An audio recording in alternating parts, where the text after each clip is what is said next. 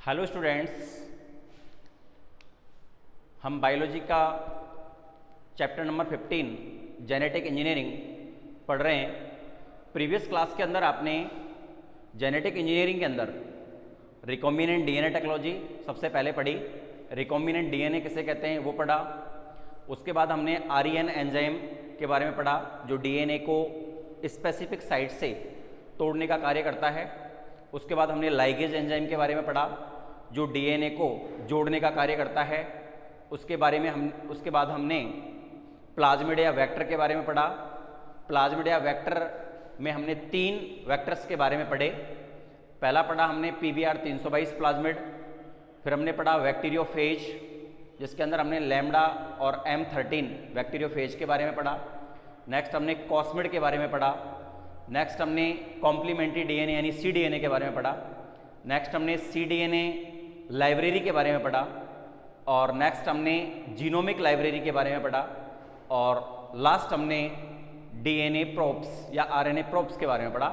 The segments of the DNA and RNA which are used to identify the DNA and RNA sequence is called DNA probes and what is the application of DNA probes and what is the use of DNA probes, ये आपको बता चुके हैं। Parental कुछ issues आते हैं उसके अंदर कर सकते हैं, डिजीज़ एनालिसिस के अंदर हम कर सकते हैं और क्रिमिनल इश्यूज होते हैं, कई सारे साइबर इश्यूज होते हैं उसके अंदर हम कर सकते हैं, फॉरेंसिक साइंस के अंदर हम कर सकते हैं। तो कहीं ना कहीं ये टॉपिक्स, इस चैप्टर के सारे टॉपिक्स एक दूसरे से लिंक करते हैं। यानी अगर मैं रिकॉम्बिनेंट डीएनए टेक्नोलॉजी की बात करूं तो उसमें कहीं ना कहीं REN restriction endonuclease enzyme link करता है, क्योंकि विदाउट REN के हम डीएनए को स्पेसिफिक साइट से नहीं काट सकते हैं, लाइगेज के बिना इसको नहीं जोड़ सकते हैं। तो ये कई सारे पॉइंट्स हैं जो आपको प्रीवियस क्लास के अंदर क्लियर किए थे। आज की जो क्लास है उसके अंदर बहुत ही इंपॉर्टेंट टॉपिक एग्जाम की दृष्टि से, बोर्ड एग्जाम की दृष्टि से और इस चैप्टर की दृष्टि से भी बहुत इंपॉर्टेंट टॉपिक वो है gel electrophoresis. Gel electrophoresis.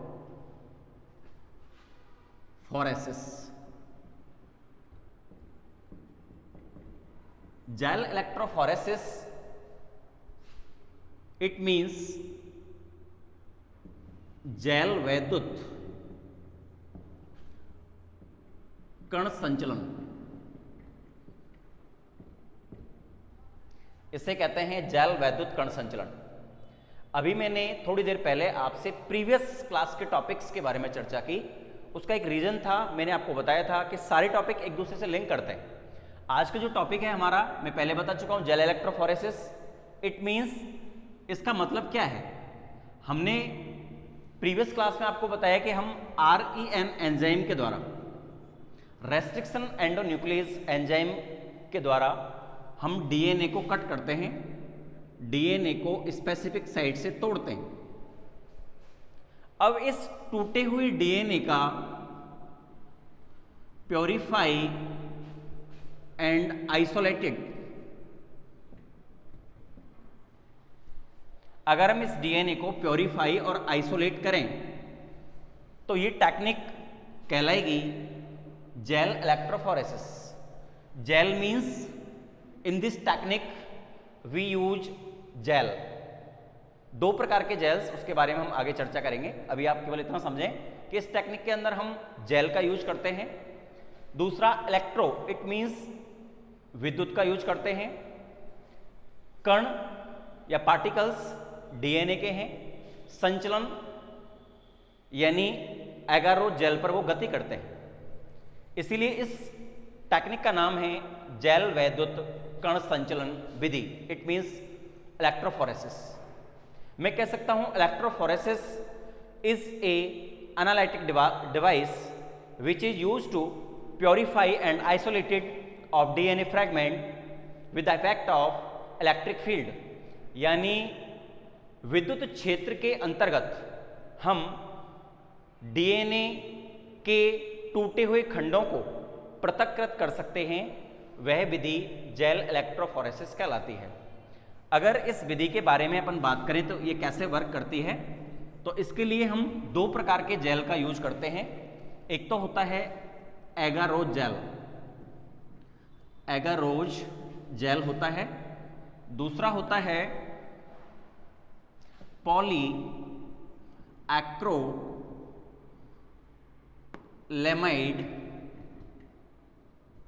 Jail. इन दो प्रकार के जेल्स का हम यूज करते हैं।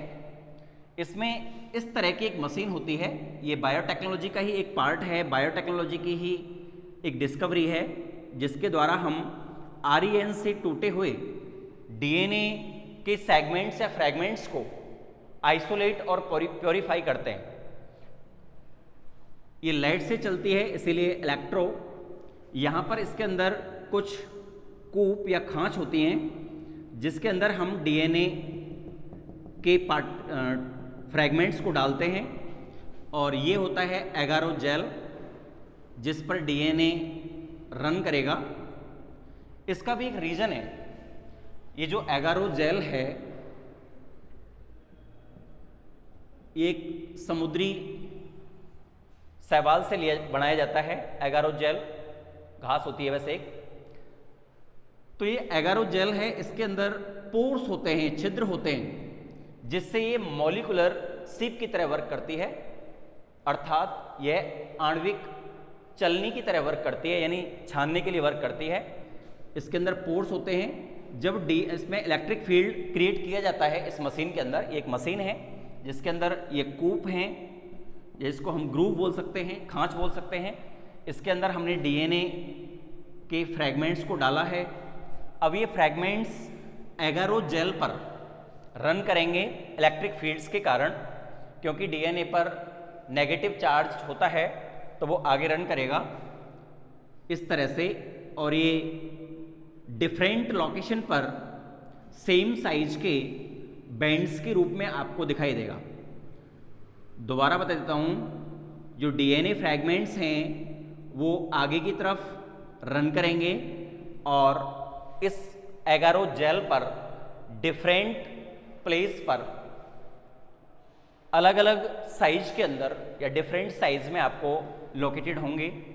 जिसका मॉलिक्यूलर वेट होता है, ये DNA की साइज पर डिपेंड करता है। जिसका मॉलिक्यूलर वेट ज़्यादा है, साइज जिसकी बड़ी है, वो नज़दीक होगा पार्ट, और जिसकी साइज छोटी है या मॉलिक्यूलर वेट जिसका कम है, तो वो आगे तक गति करेंगे। अब इस जेल के ऊपर हम यूवी रेज डालेंगे, जिससे जो DNA फ्रैगमेंट्स या पार्ट्स हैं वो आपको ऑरेंज कलर के दिखाई देंगे, और इनको कट करके हम अलग कर सकते हैं। एक बार दोबारा देता हूँ, gel electrophoresis is a analytic technique which is use to purify and isolate, यानी DNA के टूटे हुए खंडों को अलग करने के लिए यूज की जाती है। In this technique we use agarose gel और पॉली एक्रोलेमाइड जेल। जो विधि है वो किस तरह से वर्क करती है, इलेक्ट्रिक फील्ड क्रिएट करेंगे, DNA फ्रैगमेंट्स को कूप के अंदर डालेंगे, ग्रुप के अंदर डालेंगे। जिसका मॉलिक्यूलर वेट ज़्यादा होगा वो कूप के पास में, और जिसका मॉलिक्यूलर वेट कम होगा वो कूप से ज़्यादा दूरी तक रन करेगा। तो इस तरह से जो ये विधि है वो है जेल इलेक्ट्रोफोरेसिस, जो कि बायोटेक्नोलॉजी की एक बहुत ही इम्पोर्टेंट विधि है और DNA फ्रैगमेंट्स को सेपरेट करने के काम आती है। इसी से रिलेटेड आगे हम पढ़ेंगे ब्लॉटिंग टेक्निक्स। नेक्स्ट जो टॉपिक होगा हमारा वो है ब्लॉटिंग टेक्निक्स। ब्लॉटिंग टेक्निक्स आपकी बुक्स के अंदर अलग अलग ब्लॉटिंग टेक्निक्स हैं। तो सबसे पहले हम ब्लॉटिंग टेक्निक्स का मतलब क्या होता है उसके बारे में पढ़ें। जो DNA का सेपरेशन हमने किया है, आइसोलेटेड जो हमने DNA किया है इलेक्ट्रोफोरेसिस के द्वारा, उसको हम नाइट्रोसेल्यूलोज मेम्ब्रेन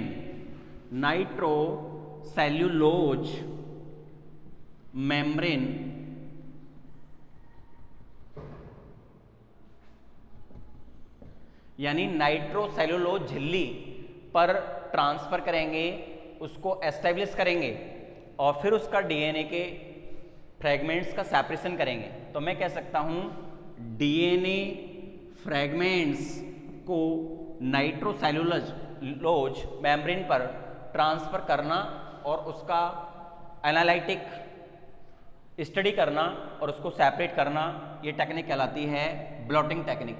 सबसे पहले हमारे पास ये डीएनए था, इसको हमने REN एंजाइम से कट किया, इसको हमने फिर नेक्स्ट इलेक्ट्रोफोरेसिस के द्वारा इसका प्योरीफिकेशन और आइसोलेटेड किया। इसके बाद हम डीएनए को नाइट्रोसेल्युलोज, ये नाइट्रोसेल्युलोज मेम्ब्रेन के ऊपर ट्रांसफ़र करवाया और फिर इसको अलग, इससे चिपक जाते हैं पार्टिकल्स नाइट्रोसेल्युलोज मेम्ब्रेन से, इसको प्रेस भी करते हैं हम, एक लेयर लेते हैं दूसरे पेपर की और इसको प्रेस करते हैं और फिर उठा लेते हैं उसको, तो उस पर पार्ट चिपक जाते हैं जिससे हम इसको एगारो जेल से सेपरेट कर सकते हैं, अलग कर सकते हैं। तो ये कहलाती है ब्लॉटिंग टेक्निक्स। अब ब्लॉटिंग टेक्निक्स आपकी बुक्स के अंदर कई प्रकार की ब्लॉटिंग टेक्निक्स दी गई हैं, अलग अलग वैज्ञानिकों ने अलग अलग ब्लॉटिंग टेक्निक्स दी हैं। तो सबसे पहले हम पढ़ेंगे सदर्न ब्लॉटिंग, सेकंड पढ़ेंगे अपन नदर्न ब्लॉटिंग और थर्ड पढ़ेंगे हम वेस्टर्न ब्लॉटिंग। ये वैज्ञानिकों के नाम है, सदर्न ने दिए तो सदर्न ब्लॉटिंग, नदर्न ने दिया तो नदर्न ब्लॉटिंग, वेस्टर्न ने दी है तो वेस्टर्न ब्लॉटिंग। ये अलग अलग वैज्ञानिकों का नाम है। इसमें थोड़ा सा माइनर डिफरेंस है जिसके द्वारा हम पहचान सकते हैं, एक बार मैं आपको बताऊंगा तो आपको समझ में आ जाएगा। सदर्न ब्लॉटिंग का मतलब है इसके अंदर हम नाइट्रोसेल्युलोज मेम्ब्रेन ले रहे थे, नाइट्रोसेल्युलोज CELLULOS नाइट्रोसेल्युलोज मेम्ब्रेन का यूज कर रहे थे और डीएनए को अलग कर रहे थे, यानी आइसोलेट कर रहे थे उसका। तो ये टेक्निक कहलाती थी सदर्न ब्लॉटिंग। एक बार दोबारा बताता हूँ, सदर्न ब्लॉटिंग के अंदर हम नाइट्रोसेल्युलोज मेम्ब्रेन का यूज करते हैं और डीएनए फ्रैगमेंट को अलग करते हैं। अब दूसरी आएगी नदर्न ब्लॉटिंग, इसके अंदर हम amino benzyl oxymethyl, amino benzyl oxy methyl, इसको शॉर्ट में हम OBM amino benzyl oxymethyl paper लेते हैं इसके अंदर और इससे हम RNA फ्रैगमेंट को सेपरेट करते हैं। अब आपको शायद थोड़ा सा समझ में आया होगा what is the difference between southern blotting and northern blotting. In southern blotting we use nitrocellulose membrane या filter paper and DNA is separated by this method. In the northern blotting techniques, we use amino benzyl oxymethyl OBM filter paper and RNA fragments are isolated and analysis by this technique. और दूसरा पढ़ेंगे अपन western blotting. इसके द्वारा हम protein सबसे पहले protein को हम पॉलीपेप्टाइड के अंदर चेंज करते हैं और पॉलीपेप्टाइड चेंज के द्वारा प्रोटीन्स बने होते हैं। पॉलीपेप्टाइड के बाद हम प्रोटीन को नाइट्रोसेल्युलोज के फिल्टर पेपर पर ही ट्रांसफ़र करते हैं एंड देन उसको हम एनालाइट करते हैं, यानी पहचानते हैं, उसका विश्लेषण करते हैं। तो इस विधि के द्वारा हम प्रोटीन को पहचानते हैं, प्रोटीन का अध्ययन करते हैं। तो ये 3 ब्लॉटिंग टेक्निक्स हुई आपके पास, सदर्न ब्लॉटिंग, नदर्न ब्लॉटिंग और वेस्टर्न ब्लॉटिंग। तीनों के अंदर माइनर सा डिफरेंस है जो आपको मैंने बता दिया। तो इस प्रकार से आज की क्लास के अंदर हमने जेल इलेक्ट्रोफोरेसिस और ब्लॉटिंग टेक्निक्स के बारे में पढ़ा है और नेक्स्ट क्लास के अंदर हम पढ़ेंगे PCR, it means polymerase chain reaction और DNA फिंगरप्रिंटिंग।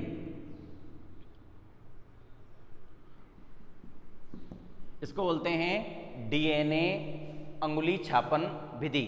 DNA फिंगरप्रिंटिंग के नाम से फेमस है, सब लोग जानते हैं इस चीज़ को। पीसीआर का मतलब है पॉलीमरेज चेन रिएक्शन। आपने हो सकता है 11th क्लास के अंदर भी ये दोनों टेक्निक्स पढ़ी होंगी। पीसीआर एक मशीन होती है जिसके द्वारा कुछ ही मिनटों के अंदर डीएनए की एक छोटे से पार्ट से अरबों की संख्या में प्रतियां या कॉपीज बनाई जा सकती हैं, जैसे हम पॉलीमरेज चेन रिएक्शन कहते हैं। इसका कंप्लीट डायग्राम और इसका एक्सप्लेनेशन हम नेक्स्ट क्लास के अंदर पढ़ेंगे और लास्ट पढ़ेंगे हम डीएनए फिंगरप्रिंटिंग। उसी के साथ ही चैप्टर भी फिनिश हो जाएगा। मैं एक बार दोबारा से आपको बता रहा हूँ कि पूरे चैप्टर के जो टॉपिक्स हैं वो एक दूसरे से कनेक्टेड हैं, एक दूसरे से लिंक हैं। अगर हम पूरे चैप्टर्स के टॉपिक्स को एक सीक्वेंसली पढ़ेंगे तो हमको ज़्यादा समझ में आएगा। एक बार मैं दोबारा से, वैसे मैं पहले एक बार बता चुका हूँ आपको, लेकिन एक बार दोबारा बताता हूँ, क्योंकि अगर बार बार हम इस चीज़ को लिंक करेंगे तो हम ऑटोमेटिकली समझेंगे कि कहीं ना कहीं ये सारे टॉपिक एक दूसरे से लिंक हैं और आपको समझ में ज़्यादा आएगा। अगर मैं बात करूँ बायोटेक्नोलॉजी इंट्रोडक्शन, जो चैप्टर नंबर 14 था, उसके अंदर आपने बायोटेक्नोलॉजी के बारे में पढ़ा, उसकी डेफिनेशंस के बारे में पढ़ा, उसके बाद उसके हिस्ट्री के बारे में पढ़ा, कौन कौन से साइंटिस्ट ने बायोटेक्नोलॉजी की कौन कौन सी ब्रांच या कौन कौन से एक्सपेरिमेंट्स की खोज की है, उसके बारे में आपने पढ़ा। नेक्स्ट पढ़ रहे थे अपन चैप्टर नंबर 15 जेनेटिक इंजीनियरिंग, जिसका रिमेनिंग पार्ट्स अभी मैंने आपको पढ़ाया है। उसका भी एक सीक्वेंस है सारे टॉपिक से। सबसे पहले हमने पढ़ा था recombinant DNA, it means recombinant यानी दोबारा से जोड़कर बनाया गया डीएनए। फिर हमने पढ़ा रिकॉम्बिनेंट डीएनए टेक्नोलॉजी, इसका मतलब डीएनए को ऐसे ही नहीं जोड़ सकते हम, ये पूरी क्रिटिकल प्रोसेस होती है, तो उस पूरी प्रोसेस को पढ़ा, वो है रिकॉम्बिनेंट डीएनए टेक्नोलॉजी। उसके अंदर हमने फॉरेन डीएनए, प्लाज्मेड, फिर उसके अंदर आरएन से उसको तोड़ना, लाइगेज से जोड़ना, काइमेरिक प्लाज्मेड, फिर उसका ट्रांसफर करवाना इकोलाई बैक्टीरिया के अंदर, और इकोलाई बैक्टीरिया के बाद उसका डिवीजन आपने पढ़ा था, जो पूरी रिकॉम्बिनेंट डीएनए टेक्नोलॉजी कहलाती है। उसके बाद हमने क्या पढ़ा, एक दूसरे से लिंक है, मैंने बताया था आपको। उसके बाद हमने डीएनए को किससे काटा, हमने काटा था आरएन से, तो फिर हमने आरएन एंजाइम्स के बारे में पढ़ा। RN restriction endonuclease enzyme which is use to cut the DNA from specific sites, यानी स्पेसिफिक साइट से डीएनए को कट करने के लिए जो एंजाइम यूज किया जाता है उसे आरएन कहते हैं। फिर हमने डीएनए पार्ट्स को जोड़ा था, तो इट मीन्स हमने लाइगेज एंजाइम के बारे में पढ़ा। और भी एंजाइम्स जो बायोटेक्नोलॉजी या रिकॉम्बिनेंट डीएनए टेक्नोलॉजी के अंदर यूज किए जाते हैं, उनके बारे में हमने पढ़ा। फिर हमने डीएनए को ले जाने के लिए एक चीज़ का यूज किया था जिसे हम वेक्टर या वाहक कह रहे थे, तो फिर हमने वेक्टर या वाहक के रूप में पढ़ा। वाहक आपके 3 हैं। सबसे पहला था प्लाज्मिड, जिसके अंदर हमने आपको PBr 322 के बारे में बताया, और मैंने ये भी बताया it is the most commonly used vector in biotechnology. दूसरा हमने पढ़ा बैक्टीरियोफेज, ऐसे वायरस जो बैक्टीरिया को खत्म कर देते हैं या उनको इन्फेक्टेड करते हैं, उसे हम बैक्टीरियोफेज कहते हैं, जिसके अंदर आपने लैम्डा और M13 के बारे में पढ़ा। फिर हमने कॉस्मिड के बारे में पढ़ा। कॉस्मिड इज़ द हाइब्रिड या बीच की जो फेज होती है वो होती है लैम्डा और प्लाज्मिड, यानी लैम्डा और प्लाज्मिड के बीच की जो अवस्था होती है उसे हम बोलते हैं कॉस्मिड। उसके बाद हमने cDNA यानी कॉम्प्लीमेंट्री डीएनए, डीएनए से हम आरएनए बनाते हैं, लेकिन जिसके अंदर रिवर्स ट्रांसक्रिप्शन एंजाइम यूज होता है, लेकिन हम आरएनए से डीएनए बना दें, उसके लिए हमें रिवर्स ट्रांसक्रिप्शन एंजाइम का यूज करना पड़ेगा, रिवर्स ट्रांसक्रिप्टेज एंजाइम का यूज करना पड़ेगा, और ये जो प्रोसेस है वो रिवर्स ट्रांसक्रिप्शन कहलाएगी। क्यों? क्योंकि डीएनए से, यहाँ बताता हूँ मैं आपको, डीएनए से एमआरएनए का बनना ये है ट्रांसक्रिप्शन, ट्रांसक्रिप्शन हिंदी में बोलते हैं अनुलेखन, और एमआरएनए से प्रोटीन सिंथेसिस होता है, ये है ट्रांसलेशन, हिंदी में बोलते हैं अनुवादन, और ये पूरी प्रोसेस कहलाती है जीन एक्सप्रेशन। तो अभी मैं इसकी बात कर रहा हूँ, डीएनए से एमआरएनए बनाना है मुझे, एमआरएनए बनाना है मुझे ट्रांसक्रिप्शन एंजाइम, ट्रांसक्रिप्शन मेथड्स के द्वारा, और एंजाइम होगा ट्रांसक्रिप्टेज। लेकिन मुझे दोबारा से एमआरएनए से डीएनए बनाना है, तो एंजाइम होगा रिवर्स ट्रांसक्रिप्टेज, और रिएक्शन होगी रिवर्स ट्रांसक्रिप्शन, और ये डीएनए सिमिलर होगा अपने डीएनए का, कॉम्प्लीमेंट्री होगा, इसीलिए इसको बोलेंगे cDNA या कॉम्प्लीमेंट्री डीएनए। और फिर पढ़ा था हमने cDNA लाइब्रेरी। उसके बाद हमने पढ़ा था genomic library, collection of the entire genome of any organism, यानी किसी भी जीव के संपूर्ण जीनोम को इकट्ठा करना कहलाता है जीनोमिक लाइब्रेरी। उसकी प्रोसेस के बारे में पढ़ा था, एक डायग्रामेटिक थ्योरी में हमने उसको पढ़ा था। और उसके बाद हमने पढ़ा था डीएनए प्रोब्स या आरएनए प्रोब्स, प्रोब्स के बारे में पढ़ा, दो प्रकार के, DNA probes, RNA probes. DNA probes और आरएनए प्रोब्स क्या होते हैं अभी मैंने आपको बताया। ये फॉरेंसिक साइंस के अंदर डीएनए सेगमेंट या आरएनए सेगमेंट्स को पहचानने का काम करते हैं। जैसा कि हमने ये इससे भी लिंक है, सदन प्लॉटिंग के द्वारा हम डीएनए सेगमेंट्स को अलग करते हैं, फिर डीएनए प्रोब्स के द्वारा उसको पहचानते हैं। और डीएनए प्रोब्स के बाद हमने पढ़ा है gel electrophoresis. This is the analytic techniques which is use to purify and isolate of the DNA with the effect of electric field, यानी विद्युत क्षेत्र में आरईएन से टूटे हुए डीएनए फ्रैगमेंट्स को अलग करना। इसके अंदर जेल्स के बारे में मैंने आपको बताया, एगारो जेल, पॉली एक्रिलामाइड जेल्स।